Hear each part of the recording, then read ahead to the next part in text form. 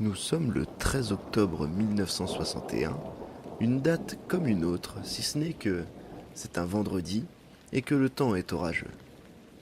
Charles, nous l'appellerons Papy Charles, il aimait qu'on le surnomme ainsi, un vieux monsieur de 82 ans, rentrait du bar comme il a l'habitude de le faire depuis tant d'années.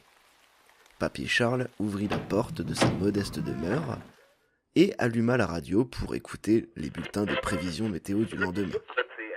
Il était fatigué de sa soirée au bar et voulut aller se coucher, quand brusquement, quelqu'un frappa à la porte. Papy Charles se demandait qui cela pouvait-il bien être si tard le soir. Mais peu importe, il s'empressa d'aller voir, tout en restant extrêmement prudent. Devant lui se dressait une jeune fille aux cheveux blonds et habillée d'une robe blanche. Papy Charles fut d'abord surpris par son teint de peau pâle et ses yeux rouges comme le sang. Il lui demanda d'abord pourquoi elle était ici. Aucune réponse. Et la jeune fille s'en alla. Le lendemain, le scénario se répéta. Papy Charles se demandait pourquoi la petite fille ne lui répondait pas. Et à peine eut-il le temps de tourner la tête que la petite fille avait disparu. Il commençait sérieusement à se demander ce qu'il se passait. Si demain elle revient, il voudra en avoir le cœur net. Le troisième soir ne manqua pas, et Papy Charles attendit derrière la porte. Il ouvrit la porte et vit la petite fille avec le même comportement que les jours précédents.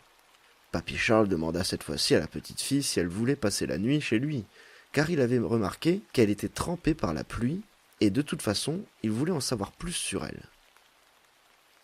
À cet instant, la petite fille hocha la tête, sans un bruit, pour accepter l'invitation de Papy Charles. La soirée se passa, la petite fille ne parla pas, ne mangea pas. À vrai dire, on pouvait se demander même si elle respirait. Quand soudain, elle se leva et alla se coucher. Papy Charles éteignit la radio et en fit de même. Même si il était un peu inquiet concernant cette jeune fille, qu'il pensait au final abandonner, au pire, il se rendrait le lendemain au poste de gendarmerie avec elle. Papy Charles ferma les yeux et s'endormit profondément. Grand-père Charles fut réveillé par le son de la radio. Il se demandait s'il avait oublié d'éteindre la radio la veille.